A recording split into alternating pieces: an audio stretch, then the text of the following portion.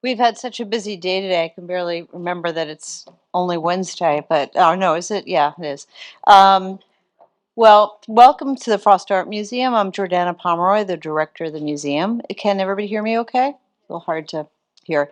So I just wanted to um, uh, give you a little. I really take this day very, very seriously. It's a kind of wonderful opportunity for the museum to truly commit itself to all the efforts that FIU makes as a whole to honoring the legacy of Dr. Martin Luther King. And for those of you who were present at this year's MLK commemorative breakfast and heard Cornell William Brooks speak, you may recall he asked who was in the audience during Martin Luther King's lifetime. And I was a small child in 1968 when King was assassinated. And while I cannot recall specifically this event, what I do vividly remember, however, is a visit to my elementary school 2 years later by his widow, Coretta Scott King. I remember the color of her tailored suit and matching hat. I remember seeing her up close and feeling I had this feeling that I had that this was a very, very important and kind person. Because our memories can play tricks, I tried to confirm this visit with my oldest best friend, who had absolutely no recollection of this visit and felt really bad that she had no recollection of it. And since I'm a researcher at heart, I contacted my elementary school in anticipation of today, where they kindly dug up out of the archives a newsletter reporting on Coretta Scott King's visit to the ethical culture schools on November 18th, 1970. Quote, in the classrooms, she reflected the warmth and concern of the youngsters, eager to share a treasured story or to touch her hand, wrote the reporter. Coretta Scott King reiterated her husband's faith in the efficacy of non-violent methods to effect peaceful change. You can only have brotherhood when you teach it, she said, and brotherhood does not mean only allegiance to one's particular tribe or group. Her words most certainly did not land on deaf ears. If I didn't absorb the precise message as a young girl, I most certainly retained a memory of this most magnificent messenger. Martin Luther King and Coretta Scott King guided America through some of the most difficult, conflicted times in U.S. history with humanity, humility, and goodwill toward all, and malice toward none. Their legacy fundamentally provides a platform for the Frost Art Museum's exhibition series, which this year features the photography of Kacey Jeffers, which demonstrates how photography has the power to tell stories and convey narratives through composition, subject matter, and visual elements. Kacey captures moments that reflect empathy and emotion. His photography sheds light on societal challenges in Caribbean countries, including Nevis. See, I pronounced that right.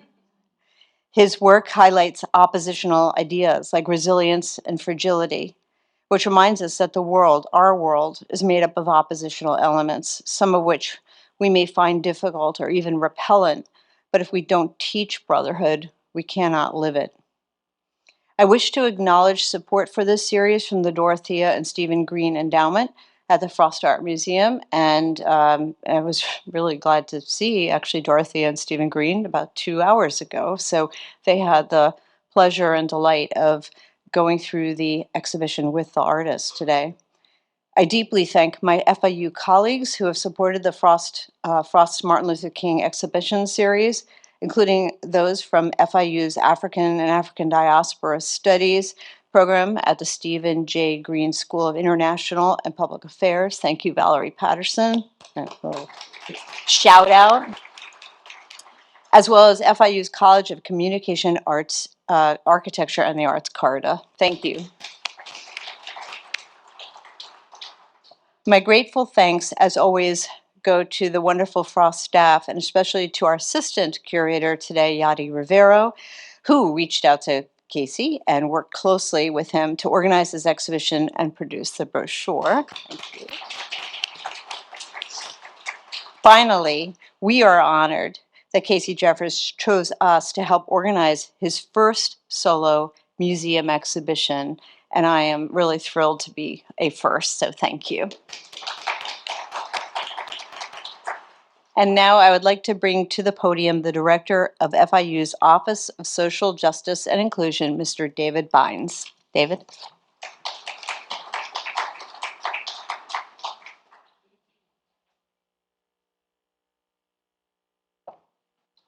Good afternoon. All right. I know the lights are dim, but I think we can do better than that. Good afternoon. Awesome. Thank you all so much.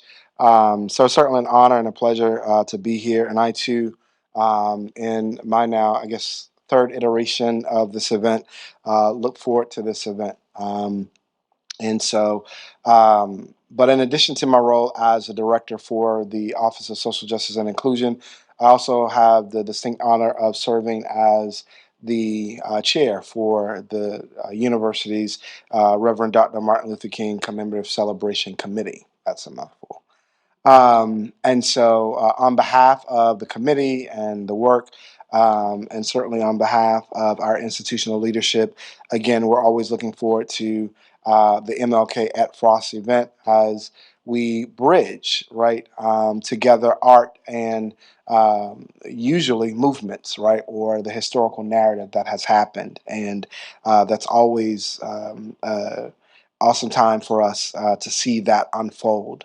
Um, and so this year's theme has been Beyond Boundaries, Intersecting Struggles and Shared Visions. And so, again, as I thought about what would be, or the exhibit that would be unfolding before us, I was like, how awesome that it fits right in, right, to what we're trying to do.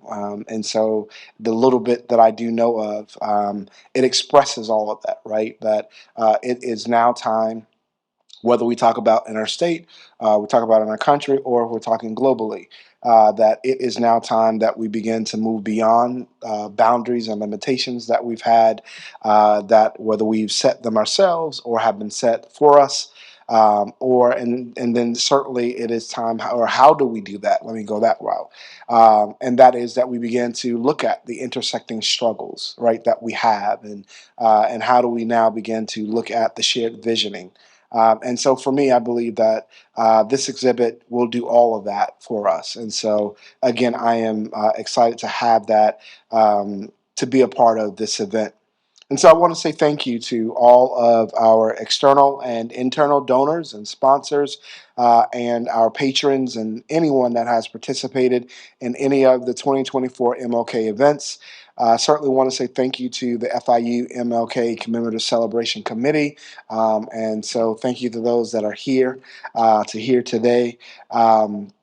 And I do know I didn't give due justice prior to, and so I do want to pause and also thank, in his absence, Mr. Pedro Germain, who is our resident MLK resident artist, that did a wonderful piece for us again this year, and just to everyone that has been a part of this hard work that we've had to go through in the last 6 to 7 months to pull all of this together, and then to come here today for this culminating event.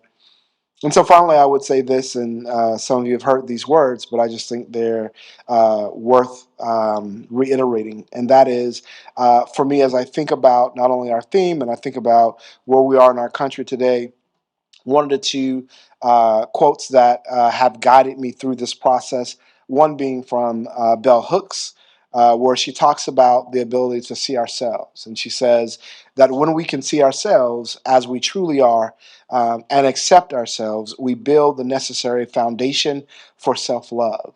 And I believe that that idea of self-love and self-acceptance is so critical today, because it's also that then allows us to move into a collective, or a love for a collective community. And then the other piece that guided me through this process and led me, just in my thinking and meditative moments throughout this particular process, has been going back and studying a lot of Dr. King's speeches and letters, and in particular, starting to reread the book, his letter from the Birmingham jail. in which he pens the infamous quote, "An injustice anywhere is a threat to justice everywhere." And so he says, "We are caught in an inescapable network of mutuality, tied in a single garment of destiny, and whatever affects one directly affects all indirectly." And so today, as we prepare for the unfolding of this awesome exhibit, I invite us to think about those words as we begin to move forth. And certainly, again, to this awesome staff at the Frost Museum, we want to say thank you for the work that you have done to curate this exhibit and be a part of the MLK lineup once again. Thank you so much.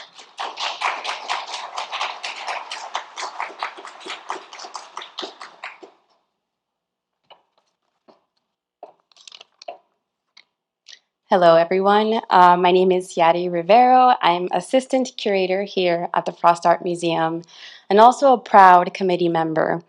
This year's theme for the commemorative celebration begins with the phrase, as David mentioned, beyond boundaries, a notion that aligns with the museum's desire to bring global voices into the conversation surrounding MLK's legacy. MLK himself traveled to various different countries as an extension of his research and activism. And in 1965, when he visited the Caribbean, he allegedly remarked, "In Jamaica, I felt human." This idea of becoming human by honoring the right to participate in rest, in leisure, in honest living, this idea was alluring to me. And as I jointly developed this exhibition with artist and friend Kacey Jeffers, we kept coming back to this nuanced concept of humanity. The subtitle of the exhibition, Multitudes, signals a desire to represent a Caribbean community in a way that resists homogenization. That's a big word. Homogenization. Kacey Jeffers was born in Nevis, one half of a two-island nation in the Caribbean, and now he's based in Brooklyn. He has been featured in magazines such as Vogue, W Magazine, Time Magazine, and the British Journal of Photography. His limited print and now sold out 2020 publication, Uniform, has been described as both beautiful and poignant. It's an honor to be presenting his work in a museum solo exhibition for the first time. His photography debunks myths about tourism in the Caribbean, about life in Nevis, and the interior life of children. In the essay that he wrote specifically for this exhibition, Jeffers says, "Growing up on an island where the majority is of African descent is a privilege, but it can lead to a sheltered worldview. America opens its arms to all, but as a Black person, you are constantly reminded of the space she has prepared for you. The plurality of these experiences influences the art I create." Please join me in welcoming Kacey Jeffers.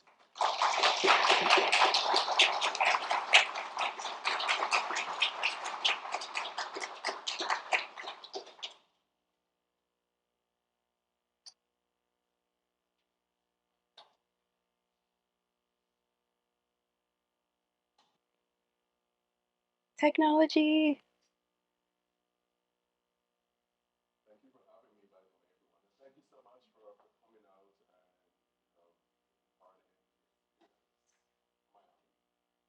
Check if the light is green.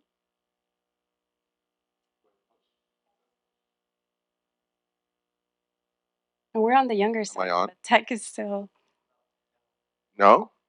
Yes? perfect. So now we're going to do an artist conversation. I have a zillion questions for you, but I know we're on a time crunch. So I want to start with a little bit of your backstory. In your essay, you wrote a lot about your personal life. It's almost diaristic the way you walk us through your process. And I was hoping you can share a little bit about how you came to photography.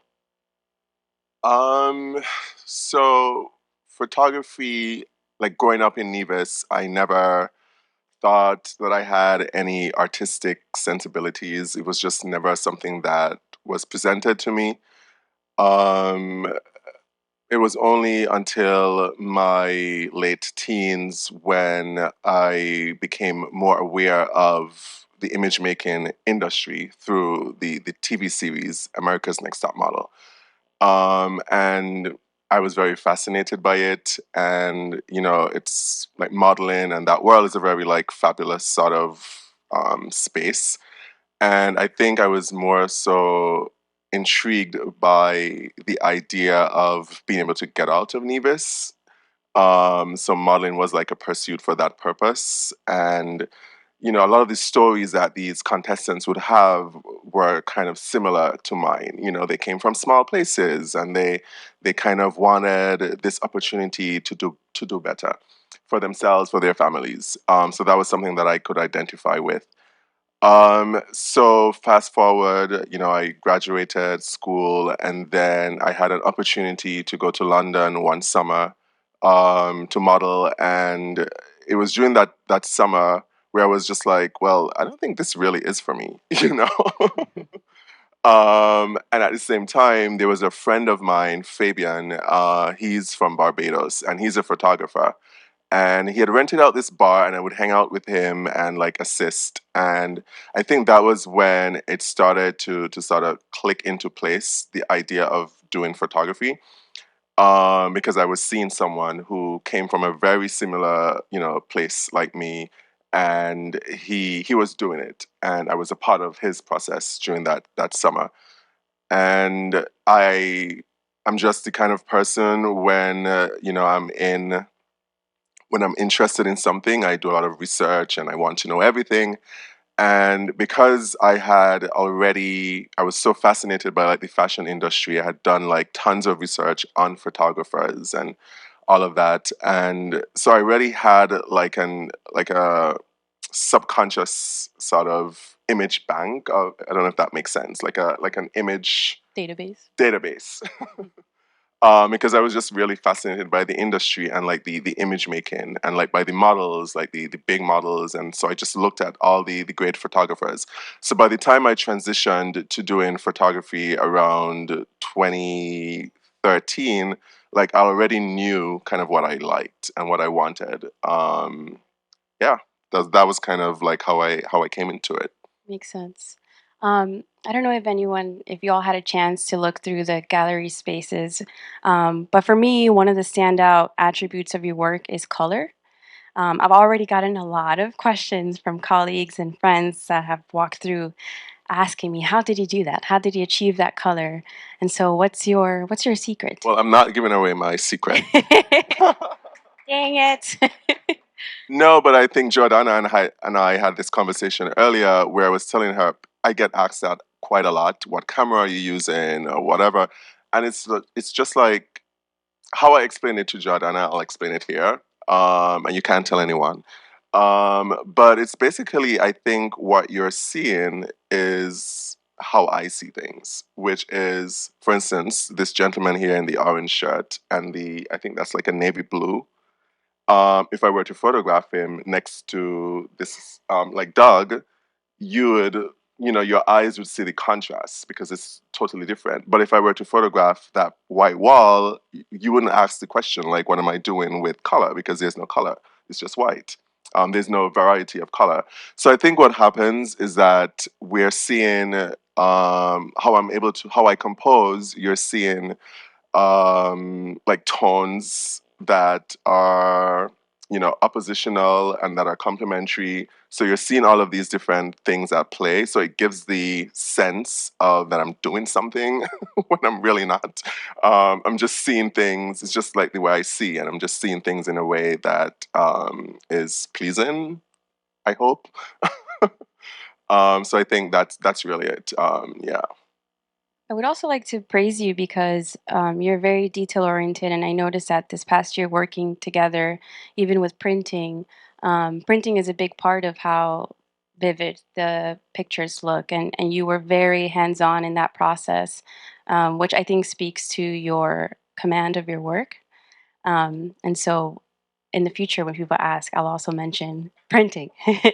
And so another question I had was about Just let me intersect something here. mm, I think when because we're in a digital age, like a lot of the work I've never seen printed before. Like I shot them and they lived on like the computer and stuff like that. So this is the first time then I'm able to see the work printed. And for me, that was like an experience in and of itself. When I went to my printers in New York and I saw everything, I was just like, wow, and I was the one who took them. And then that is how, like, for me, that was just like a wild moment, because it's just like, I get it. I get what I do, you so yeah. So in my family, I'm the designated picture taker. During gatherings, celebrations, parties, I'm assigned the task of taking pictures. And I've noticed there's a tension between wanting to capture a very candid, raw moment and also wanting a pretty picture.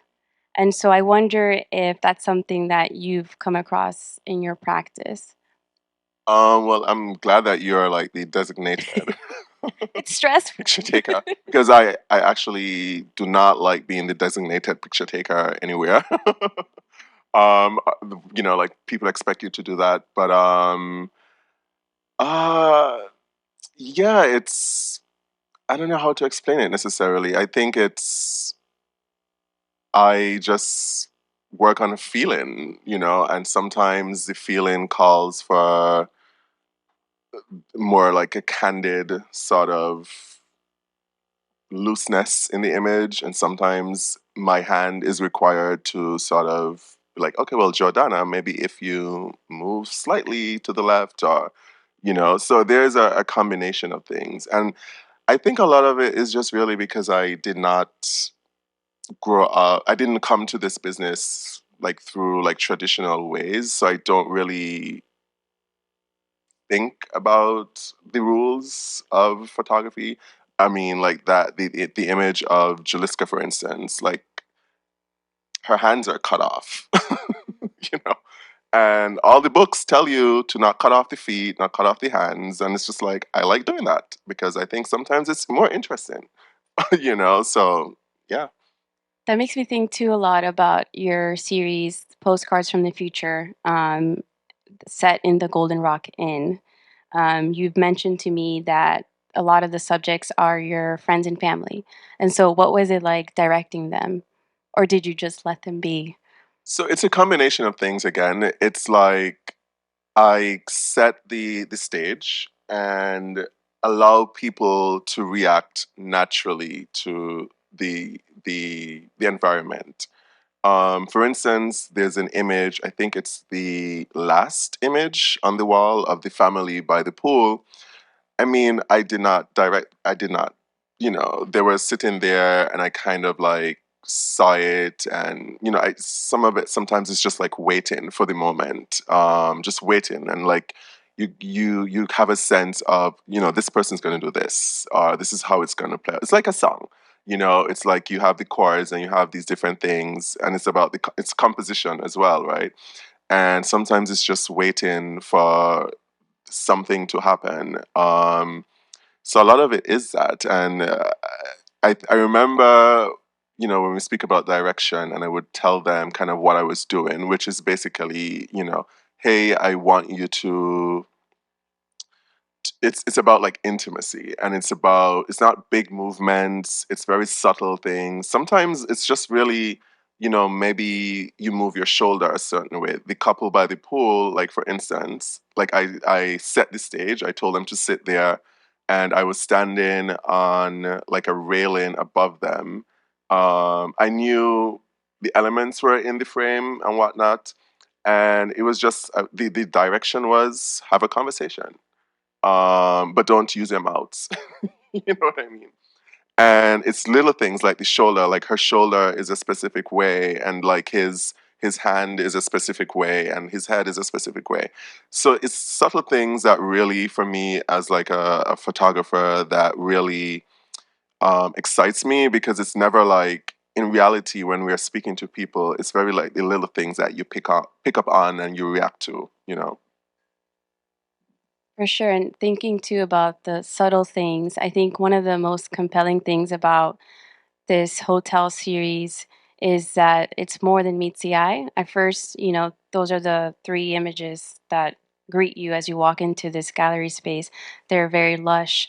The vegetation is very abundant and it's stunning and very beautiful. But the more you look, the more you realize that there's almost a political undertone as well. So you were commissioned to create marketing images for a hotel called the Golden Rock Inn, which was an opportunity for you then to kind of have this bigger statement. And can you share a little bit more about that? Yeah, so Golden Rock Inn is like a Nivision, how do you say, like a Nivision cultural icon. You know, it's been around forever as a hotel. The current owners are artists, Helen and the late Bryce Martin, and they've done such an amazing job with that property in transforming it into what it is now. And they've been like collectors of my work over the last couple of years and been really supportive. And for me, like this project, I knew the history of it. You know, it's funny because when I went into doing the images, I wasn't thinking necessarily like, oh, this is like a sugar mill, and you know what I mean. I was thinking more so in what was required, more so like the intimacy part of it. That's kind of where my train of thought was, and how to create these images that are like intimate and that are universal. A lot of the times what I do is because I think for me it's more so than just being a photographer, it's being a storyteller. I think it's about what I do is just being aware of the space and the history of it, but not in that moment, not necessarily thinking that, but more so focusing on like the humanity aspects of it. But after, it's like, oh wow, this is amazing because it's a farmer sugar mill. It's a farmer sugar plantation, sorry, and you have black people on this in this space, and you're showing like this. You're showing rest and relaxation. You know, like maybe 400 years ago, however long ago it was, that was not the case for black people on this same property. And I found that to be like really riveting. And even in the moment of creating it, you know, because the space, because the property has such a like an interesting energy that just runs through it. And I think a lot of the times for me with photography, I kind of just surrender to that kind of these feelings and just be a vessel. And so, you know, I don't really need to think about the history, I don't need to think about whatever. It's just like surrender to it and surrender to all of the majesticness, if that's a word. That's a word, yes. Sure, it is now. Surrender to that, and yeah, and it's amazing. Earlier, and just so everyone knows, Stephen Green, Mhm. he we were looking at this, and so this mill, it's like an accommodation. It's one of the rooms, and he suggested a suite because it's like a farmer sugar mill. It's also like a suite. So I told him in his honor, I'll rename it Sweet Suite. It's also a hotel room, so it's a suite, Yeah, and sweet, it's sweet. and it's sweet. I like it. I like it. We'll have to change the labels, but we can make it happen. Yes. Um, Another body of work that I was hoping you can talk to us about is your Time magazine commission. In this exhibition, we just have two photographs from this commission, but they're very powerful. And so, can you share a little bit about how those images came to be? Yeah, so Queen Elizabeth II died in, I think it was September 22. And then I was just in Nevis at the time, and I got an email from one of the editors at Time magazine, and they were like, "Well, the Queen is about to die, or she's died, and it just hasn't been released yet. We would love for you to basically go around the island and document people's reactions to her death." And my my initial like reaction was just like, no one really cares. You know, no one really cares. So then I was just, you know, in a state of like, oh well, what am I going to do? I won't tell them no, but what am I going to do? And I kind of like being under that kind of pressure because it just forces me to think deeper and to think on my feet and to come up with a story. And so I said, well, I'm just going to go to the community. I'm going to go, the presence is on the money. The presence is certain, those old mailboxes. Some of them are still on the island. So their presence is very much there.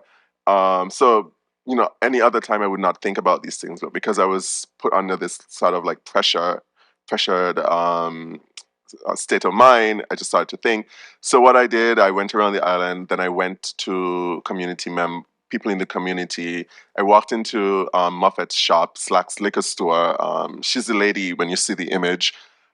She's doing a toast. So I walked in and I was like, I'm doing this. I've known her for a long time. So I told her, like I'm doing this commission for Time magazine, and the queen died, and she was kind of like, oh, okay, yeah, yeah, like I kind of broke the news.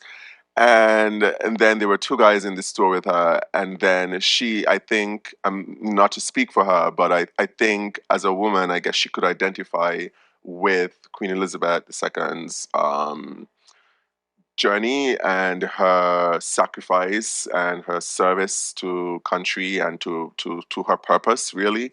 And so she was like, yeah, that was like a life well a long lived life. And hence she gave a toast. And to the questions that you asked earlier about staged and candid moments. So something like that, for instance, it's like, I set the story, I set the stage, and I kind of just step back and allow for the characters really to bring something to it. So she suggested that, and she got the guys together, and they did the cheers, and I just captured the moment. So it's a mixture of both, really. Excellent. And then just to wrap that up real tight, and then the other image is of Ras Iroy, and he's like a Rastafarian, and he's very active in the community, you know, protesting. He protested when King Charles visited, and so in the image you see that he has a sign speaking to, well, he's like, well, where is our money? We're all celebrating this woman, and we're celebrating what they stand for. It's like, well, where is our money? Time to pay up. Tell whoever, time to pay up. Mm. You mentioned this again with the idea of staging versus not staging. This body of work here, the Juve series, really also resonated with me because I feel that formally it is very different to your other work. This lends itself more to street photography. And so I was hoping you can talk to us a bit about how this day went. Well, the backstory is I only happened to go because my cousin Nikiva was in town from LA, and she loves to dance and stuff like that. And I only felt comfortable going because I had my camera. So I hid behind my camera and I went and I documented. I might have danced here and there, but no one saw it. And Um, I put my little two step in now and again. But I had the camera, so no one was able to capture that. So that's good. I love that. I also, something that is exciting about the Juve series, where we have 3 total on the other side of this wall, is that Juve is a celebration linked to Carnival, right? And Nevis is called Culturama. And for me, I think a lot of imagery around Carnival is very bombastic and colorful, with the clothing being, the typical Carnival attire. But here you have this alternative image that features the youth and the people of Nevis in their regular clothes. And I think it kind of debunks that myth too about island life, in a similar way that your hotel series does too, where you have these beautiful hotel lodgers that are Black. And oftentimes, when we think about Caribbean tourism, we do kind of center the European or the American tourist or foreigner coming into that island, to that space. But what you do is that you shed a light on the local community, and I think that's something that's very special in your work. And I know we're going to open up to the audience for Q&A, but before we do, I kind of wanted to pick your brain a little bit, and thinking about what Martin Luther King said, "I felt human." What do you think he meant when he said that? I totally can understand that, having moved to New York, where I remember, so I moved to New York in 2015, and I think you come here and it's like you come to America in general, and as a Black person, it's kind of like you are expected to be something that is digestible to Americans, to America, to the United States. And it's kind of like, well, why? you know? So I could understand his frame of mind of going to a place where he's surrounded by people who look like him, people who don't have an agenda, people who don't just look at him, but people who see him, and who respect him for maybe just existing. And so I could totally, relate to that sort of feeling. So I think the that quote definitely, um, the underlying sentiments to that quote is just the idea of feeling seen. Mm. He wasn't Martin Luther King, the thing. He wasn't Martin Luther King who was being hunted and who was being surveilled and who was being all these different things, and who had to be so many things to so many people. He had the chance to be complex, maybe in a way that he never had, while he's in America. He had the chance to be unguarded, maybe in a way that he never had before. And he had the chance to maybe just delight in his multitudes. Mm. Thank you.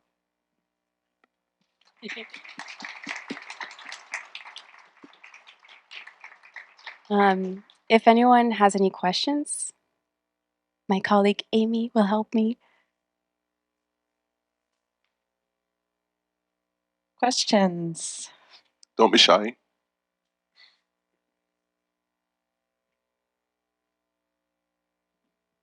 I'm just curious, since you came here in 2015, you sort of lived in the United States through Charlottesville, if I'm right, Black Lives Matter, Rodney King, all these things. I'm just wondering what kind of effect did that have on you? And as far as your image of the US goes versus growing up in Nevis. I don't think I lived through Rodney King. I did not, right? Okay. I'm like, wait, what? I moisturize. um, yeah. Okay, okay. I'm like, wait, did I miss that one? There's been so many. It's quite interesting, and I like that question because I think for me, I've always wanted to live in New York. I never wanted to live in America. I've always wanted to go to New York. And I think our television, that although we are like formerly British, our television is primarily American. So there is that fantasy of American life. And moving here, that was debunked real fast. And I remember when I moved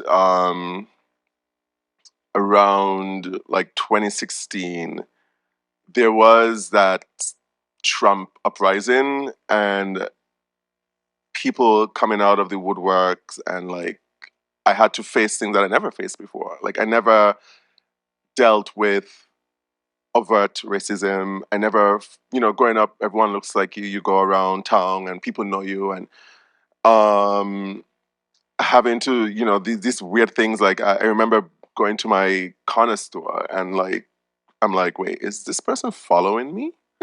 you know, or like on the train and this older lady and she's like mutt or something, and I don't know if she was talking about me or her dog. I don't know, but it's like these kind of things that suddenly you're put into this state of just paranoia, and it's just something that I never had to deal with. And yeah, it's tough, and it was really exhausting actually, and yeah, and then other things too. It's just like a city like New York and you're seeing the level of like poverty and like homelessness, and it's not just black people, it's also white people. And it's interesting because it's that's not necessarily the idea that of white people that you see in the media, right? So that was quite interesting, I think, to see. Just like the level of in like America, the America that everyone wants to come to, and the American dream is like, well, why are your people living like this? You know, when there's so much wealth in this country. So those kind of stuff were like really like jarring, I think, and kind of just debunked the fantasy, and like you realize, yeah, this is a real place, and there are a lot of real issues in this country.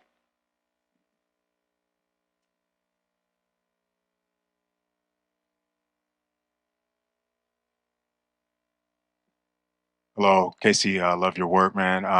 My question is there any um, ancestral spirituality that, gives you, I would say, some, you know, um, not motivation perhaps, but that is connected to your work that, makes you do what you do well?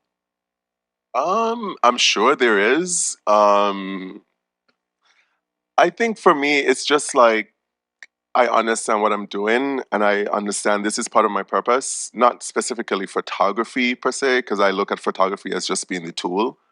But storytelling and being creative. So I lean into that knowing, and I just really keep myself open and live in this space of, you know what, I'm a vessel. And if that is spirituality, the idea of I am open to something bigger than myself coming through me, yeah, it's there. Other questions?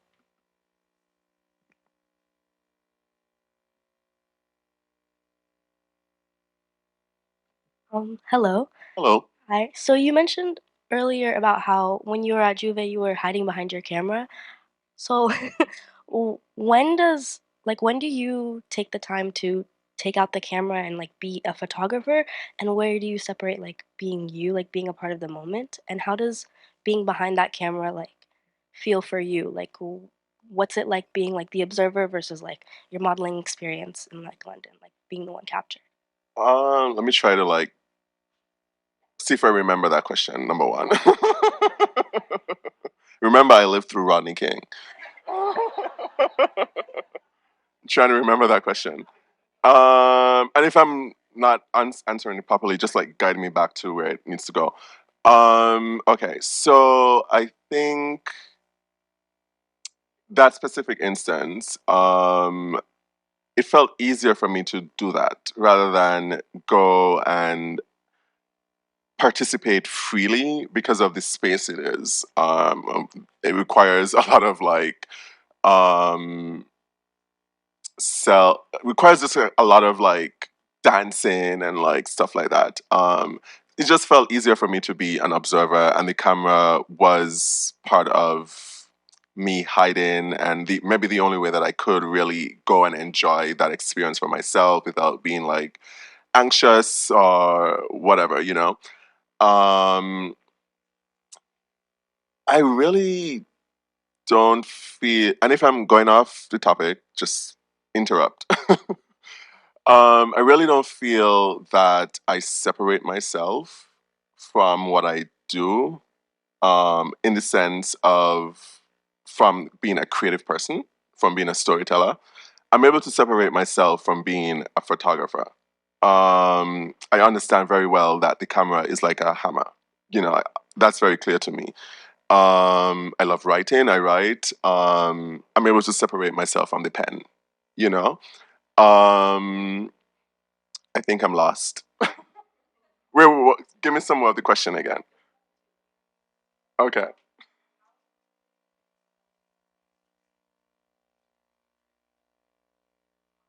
Okay. I wouldn't use Marlin as as an experience for that, but as a reference for that. But I do self portraits. There are a few of them in the exhibition. And I have a series that's not included here that's primarily self portraiture. And what I really love about self portraiture is the process. Like, I don't have to, number one, I don't have to explain to anyone what I want. It's just like a one track thing. I'm able to just, again, not think, just do. And I really love that. Am I still in the question? Okay. Is that good enough? Are you good? Okay.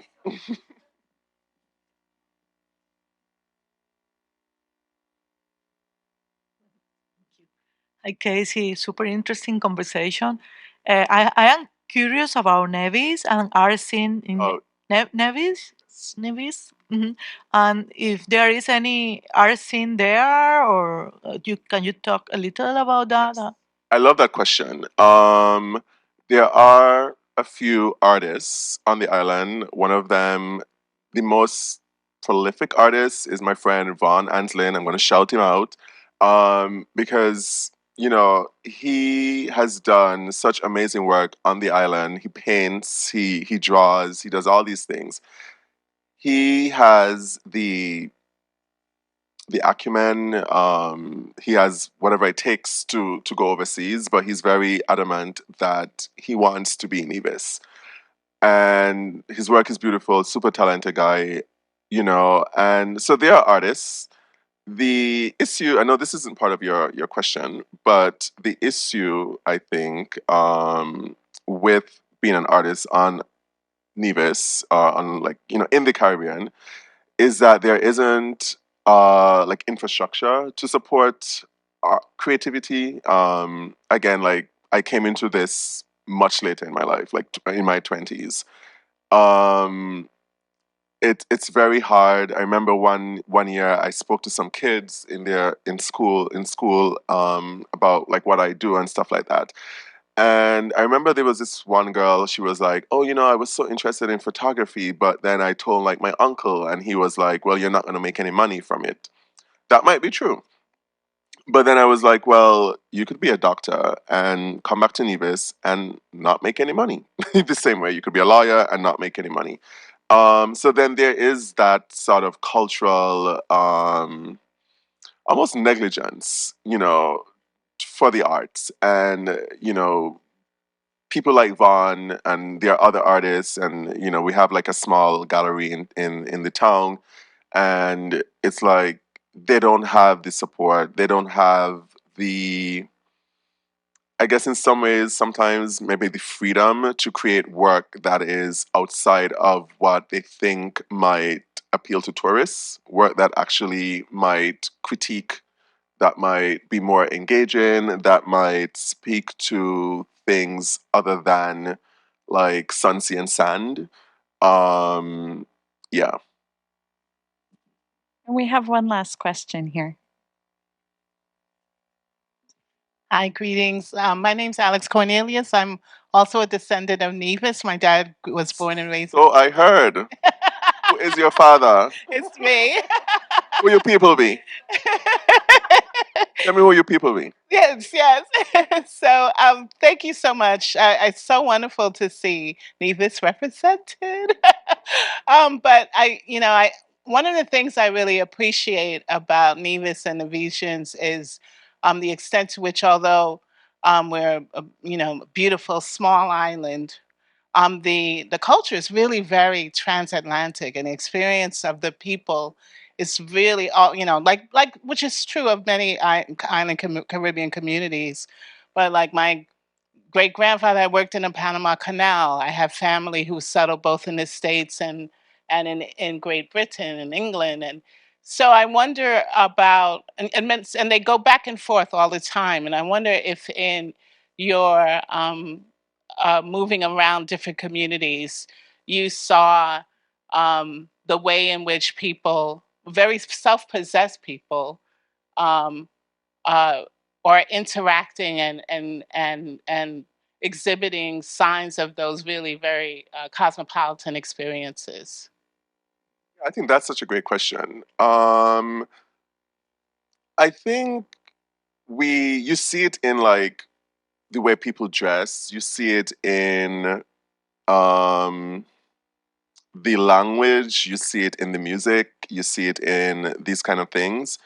Yeah, so it's definitely there. You might like the older generation who might have moved to the UK, like in the 60s, the Windrush sort of generation, you would see them. And then you'll have they have their values and they have their way of, looking at the world and stuff like that. And then you see like the younger people who grew up on hip hop and they grew up on Sheen and they grew up on like Amazon and they grew up on you know, different sort of things that come from like American culture.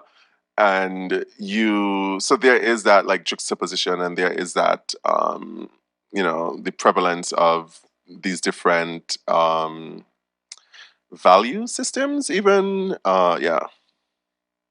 Does that answer your question? I'm not sure. So that concludes this part of our evening. Thank you so much. Thank you for having me. I quickly want to give a shout out to our event that's happening February 3rd. We're going to be celebrating all three of our exhibitions that are open this season. I also want to point your attention to our museum app. Kacey recorded audio content for anybody that wants to walk through the gallery space, listening to his beautiful voice.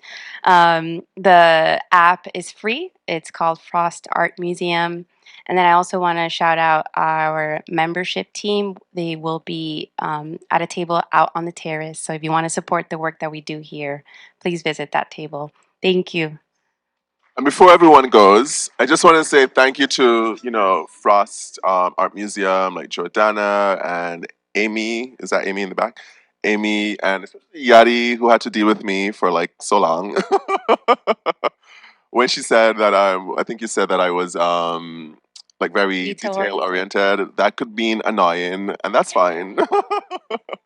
So I just wanted to, like everyone to know this is also your first curated show.